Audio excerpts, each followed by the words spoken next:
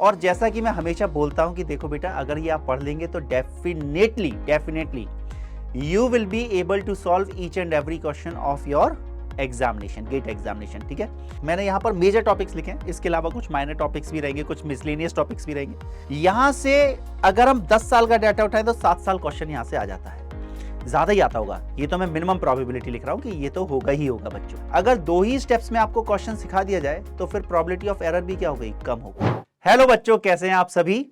बहुत दिन हो गए हमें मिले हुए, है ना। अब दोबारा मिलने का वक्त आया है।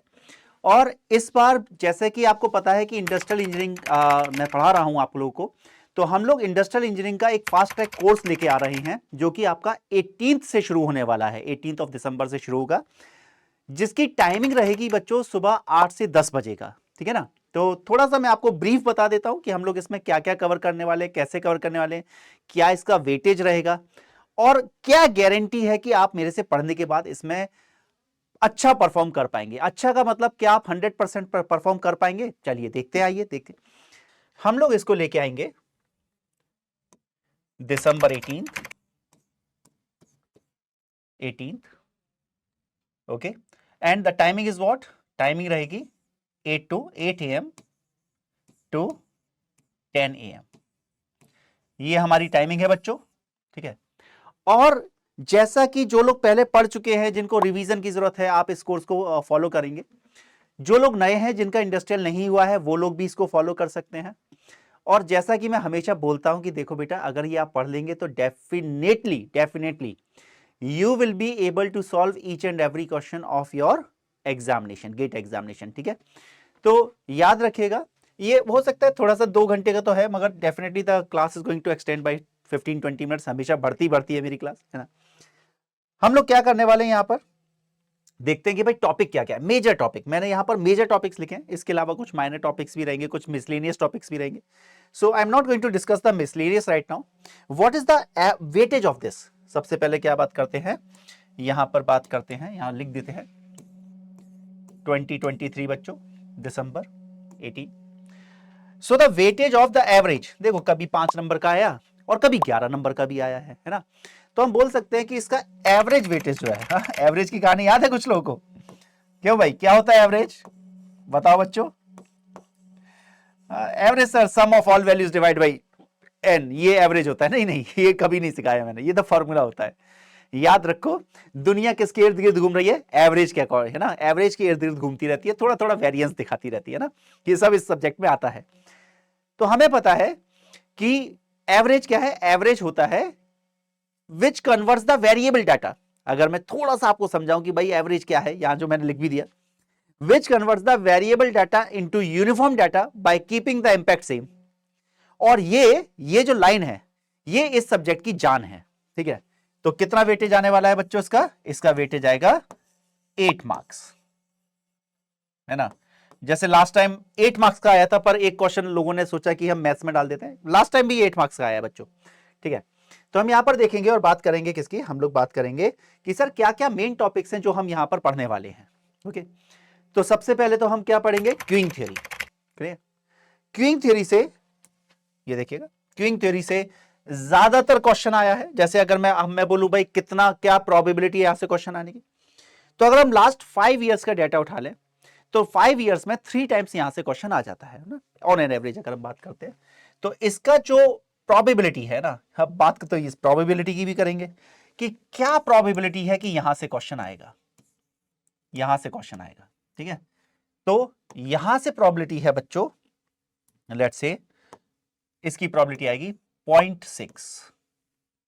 0.6 इज द प्रोबेबिलिटी कि आपको क्यूइंग थ्योरी से क्वेश्चन देखने को मिलेगा। Network analysis is 0.7। Network analysis में क्या क्या आता है अभी बात करते हैं, जरा देखते हैं क्या क्या आता है। तो ध्यान से देखो, क्यूइंग थ्योरी में तो आपका क्या हो गया, सीधी सी बात है, WS waiting time in system, है ना। Let's say queuing Q, length of Q, ये सारे आ सकते हैं। प्रोबेबिलिटी की सिस्टम में आप जाए तो आपको वेट करना पड़ जाए, है ना। ये सारी प्रोबेबिलिटीज बात किस में होगी, क्यूइंग थ्योरी में बात होगी। फिर हम किस पर आते हैं, हम आते हैं नेटवर्क एनालिसिस पर। सर ये नेटवर्क एनालिसिस क्या है? तो आओ चलो यहां पर लिख ही लेते हैं ना, क्या है नेटवर्क एनालिसिस। क्या सर ये नहीं पढ़ा हमने, आपने कभी पढ़ाया नहीं? अरे पढ़ाया भाई, ये CPM, डिफॉल्ट और क्या है क्रैशिंग। क्या है क्रैशिंग बच्चों। ये आपका नेटवर्क एनालिसिस हो गया। यहां से अगर हम 10 साल का डाटा उठाएं तो 7 साल क्वेश्चन यहां से आ जाता है, ज्यादा ही आता होगा। ये तो मैं मिनिमम प्रोबेबिलिटी लिख रहा हूं कि ये तो होगा ही होगा बच्चों, ठीक है ना। Now let us come to what next topic, linear programming. Linear programming में क्या क्या आता है? अरे यार इसमें तो बहुत कुछ आता है भाई, ना जाने क्या क्या आता है। देखें क्या क्या आता है, आइए चलिए चेक करते हैं क्या क्या आ रहा है सर इसमें। इसमें अगर आप बात करते हैं लीनियर में, इसमें आपका पहले तो ग्राफिकल आ जाएगा बच्चों, ग्राफिकल मेथड। मजेदार बात क्या है इसके बारे में, मजेदार बात क्या है? मजेदार बात यह है कि ग्राफिकल मेथड आप लोगों को ग्राफिकल को बोल के पढ़ाया जाता है, और जितने बच्चे मेरे से पढ़ चुके हैं उन्हें पता है कि मैं तो कभी ग्राफ बनाती नहीं, ग्राफिकल मेथड में ग्राफ बनाया ही नहीं और सॉल्व कर दिया। ये हम लोग कर देंगे, शॉर्टकट ट्रिक्स है। जिस क्वेश्चन को अगर आप नॉर्मली बुकिश के तरीके से पढ़ें, बुकिश तरीके से अगर आप पढ़ते हैं तो नॉर्मली इस क्वेश्चन को करने में 1 से 1.5 मिनट लगेगा। और मैं बोलता हूं कि जब आप मेरे से सिलेबस ये कर लेंगे या ये कोर्स आप कर लेंगे, आप केवल देखेंगे और 5 सेकंड्स में आंसर बता देंगे, केवल देख के, सॉल्व ही नहीं करना भाई, ठीक है। बिल्कुल ऐसा ही कुछ होने वाला है, ठीक है। तो ग्राफिकल हो गया, उसके बाद क्या आएगा, सिंप्लेक्स आएगा। बच्चा बोल रहा है सर सिंप्लेक्स तो बहुत बड़ा मेथड होता है सर, ये कैसे आ सकता है, सिंप्लेक्स कैसे आ सकता है? सिंप्लेक्स का कनेक्शन ग्राफिकल से, सिंप्लेक्स का क्वेश्चन भी हम सिंप्लेक्स से नहीं करेंगे, हम ग्राफिकल का क्वेश्चन बिना ग्राफ के करेंगे, सिंप्लेक्स का क्वेश्चन ग्राफ से करेंगे, सिंप्लेक्स का क्वेश्चन हम ग्राफ से करेंगे। समझ में बताइए। और क्या आया, और आया ट्रांसपोर्टेशन। और क्या आया बच्चों इसमें, ट्रांसपोर्टेशन आया। और क्या आया भाई, और आया असाइनमेंट। और क्या आया, असाइनमेंट। इसका मतलब तो सर इसमें तो बहुत सारे चैप्टर्स आ गए। हाँ भाई बिल्कुल है, इसमें क्या आ गए, बहुत सारे चैप्टर्स आ गए बच्चों। अच्छा अगर बहुत सारे चैप्टर हैं तो प्रोबेबिलिटी भी हाई होगी। हाँ बिल्कुल हाई होगी बेटा, बिल्कुल डेफिनेटली हाई है। और प्रोबेबिलिटी इसकी भी क्या है, क्योंकि मैंने आपको पहले ही बता दिया कि मैं मेजर टॉपिक्स को डिस्कस कर रहा हूं, पढ़ाना आपको पूरा होगा। Everything which can come in the GATE examination, definitely I am going to cover every part. But ठीक है, अभी ये डिस्कस करते हैं कि भाई इसकी प्रोबेबिलिटी क्या है। इसकी प्रोबेबिलिटी भी है बच्चों कितना, 0.7। इसकी भी प्रोबेबिलिटी क्या है, 0.7, ठीक है। ओके आगे बढ़ते हैं। सर ये 0.6 0.7 तभी तो मेजर टॉपिक्स हैं, है ना। अब आए शेड्यूलिंग पर। शेड्यूलिंग पे क्या आता है भाई, शेड्यूलिंग में क्या क्या पढ़ते हैं आप? शेड्यूलिंग में आप पढ़ते हैं, शेड्यूलिंग में आप क्या क्या पढ़ रहे हैं बच्चों? आप पढ़ रहे हैं एसपीटी मेथड, ईडीडी आप पढ़ रहे हैं, ईडीडी, और आप पढ़ रहे हैं सिलेक्ट टाइम रिमेनिंग, ठीक है। रैंडम शेड्यूलिंग भी पढ़ सकते हैं आप। यहां पर इसी चीज में आप क्या पढ़ते हैं, machine one machine n jobs, और क्या पढ़ते हैं बेटा, और 2 मशीन्स एन जॉब्स, और क्या पढ़ते हैं, 2 मशीन्स, 3 मशीन्स भी पढ़ सकते हैं, 3 मशीन्स का भी क्वेश्चन आ सकता है। तो एसपीटी, ईडीडी, एसटीआर ये 1 मशीन एन जॉब्स के पार्ट होते हैं, और जो 2 मशीन्स है उसमें आप जॉनसन रूल पढ़ते हैं, ठीक है। बात रही सर, ये बात तो समझ में आ गई, अब इसकी प्रोबेबिलिटी क्या है, तो आपको बताता हूं। इसकी प्रोबेबिलिटी थोड़ी कम कर देते हैं, इसकी प्रोबेबिलिटी थोड़ी कम कर देते हैं, और यहां से क्वेश्चन आने की प्रोबेबिलिटी क्या है, 0.3 to 0.4, 0.3 to 0.4। क्लियर है। फिर आया हमारा खतरनाक वाला चैप्टर, क्या आया, इन्वेंट्री कंट्रोल। अब सर ये इन्वेंट्री कंट्रोल में क्या स्पेशलिटी है, तो ध्यान से सुनो, ये 2 चीजें कवर करता है, जबरदस्त तरीके से 2 चीजें, एक और 2। एक है इसका डिटर्मिनिस्टिक मॉडल, क्या है बच्चों, डिटर्मिनिस्टिक, जिसमें क्या है, इसमें क्या होता है, इसमें बच्चे को लगता है कि सर ये वाला तो मैं पढ़ देता हूं, ये तो मुझे आता है। हाँ भाई तुम्हें आता है, हाँ ये आता है, मगर क्या इसका फास्ट वे आता है? देखो मेन चीज क्या है, आपको इस कोर्स को करने से फायदा क्या होगा, even you are doing the revision और यू आर द फ्रेशर, आपको फायदा ये होगा कि जिस चीज को करने में आप बहुत टाइम लगाते हो, उस टाइम को हम बहुत बहुत कम कर देंगे और एक्यूरेसी बढ़ जाएगी। 2 चीजें हैं, लेंदी तरीके से जाने पर अगर आपके 10 स्टेप्स हैं किसी क्वेश्चन को करने के, then definitely there are more probability of having the error। मगर अगर कोई 2 ही स्टेप्स में सिखा दे किसी क्वेश्चन को करना, अगर 2 ही स्टेप्स में आपको क्वेश्चन सिखा दिया जाए, तो फिर प्रोबेबिलिटी ऑफ एरर भी क्या हो गई, कम हो गई। तो ये भी याद रखना, हर वो टीचर जो किसी सब्जेक्ट के शॉर्ट ट्रिक्स बताता है, इजी इजी करता है उसको, पहले डिटेल में पढ़ाया जाएगा फिर इजी बनाया जाएगा, ठीक है ना। तो जब इजी बना देता है वो और शॉर्ट कर देता है सॉल्यूशन को, तो आपकी एक्यूरेसी भी बढ़ जाती है। तो याद रखिएगा, लॉन्ग मेथड से नहीं जाएंगे हम लोग, शॉर्ट ट्रिक से जाएंगे, ठीक है ना। ओके, तो डिटर्मिनिस्टिक हो गया, और ये वाला दिक्कत आई, probabilistic.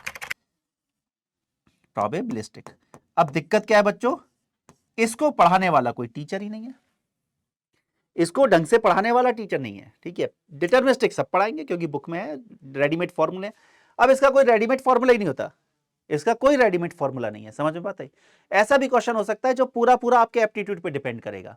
You can not apply the formula in the probabilistic, है ना। कुछ पार्ट में कर सकते हैं और काफी क्वेश्चंस ऐसे बनते हैं कि जिसका फॉर्मूले से आंसर तो नहीं आ सकता।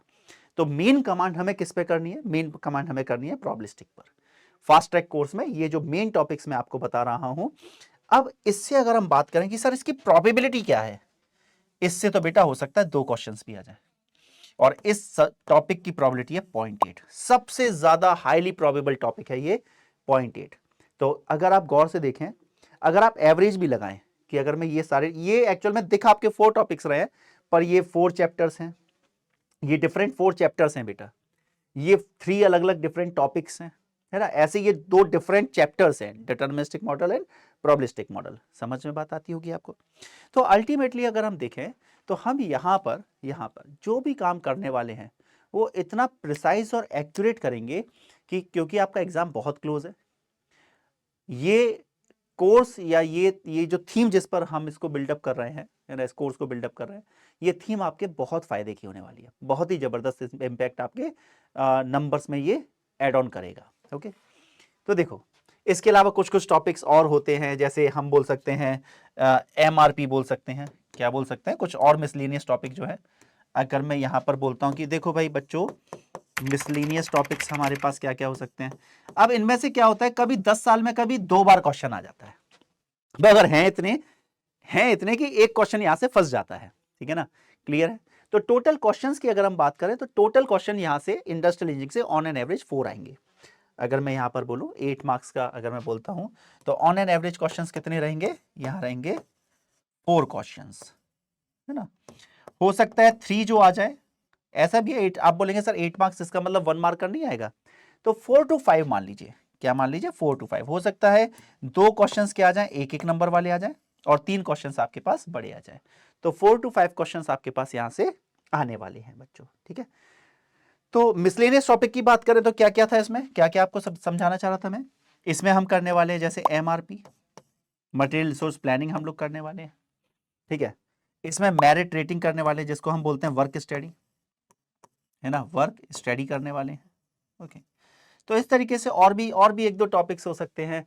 और क्या होगा, जैसे मान लो एक आध टॉपिक अगर हम और उठाएं, तो इन्वेंट्री का ही डिटर्मिनिस्टिक मत फ्लक्चुएटिंग मॉडल, मतलब डिटर्मिनिस्टिक डिमांड है पर नॉट कांस्टेंट, है ना, वो भी इसमें आ सकती है। तो ठीक है, मेजरली हमारे ये कुछ टॉपिक्स रहते हैं। लाइन बैलेंसिंग आपका हट गया है, लाइन बैलेंसिंग अब सिलेबस में नहीं है।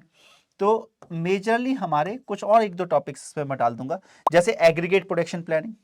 क्या है एग्रीगेट प्रोडक्शन प्लानिंग।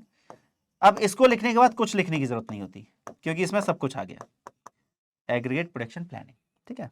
अब कोई पूछे कि सर यहां से कितनी बार क्वेश्चन आ सकता है, क्या प्रोबेबिलिटी है, तो ये देखो, ये प्रोबेबिलिटी कैलकुलेट कैसे हो रही है, प्रोबेबिलिटी कैलकुलेट हो रही है कि कोई 10 साल का डाटा उठाए या 5 साल का डाटा उठाए तो कितनी बार वो क्वेश्चन आया है ना। तो मेजरली मैं 10 साल के बेसिस पे लिख रहा हूं इसको, ठीक है, not on the basis of 5 years.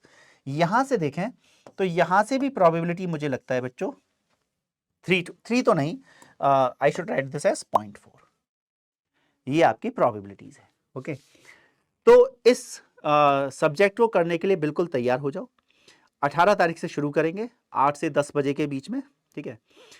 और एक चीज याद रखना कि मैं आपको डेली होमवर्क भी देके जाऊंगा, सुन लो ध्यान से। और अगले दिन आके उस होमवर्क को हम लोग क्या करेंगे, उस होमवर्क को हम लोग चेक करेंगे कि भाई कितने बच्चों का आंसर आया नहीं आया, ठीक है ना। तो जो भी टॉपिक होगा, ऐसा नहीं कि भैया टॉपिक खत्म हो गया, कुछ ना कुछ आपको ऐसा होमवर्क दिया जाएगा जो आपको प्रैक्टिस के लिए सफिशिएंट होगा।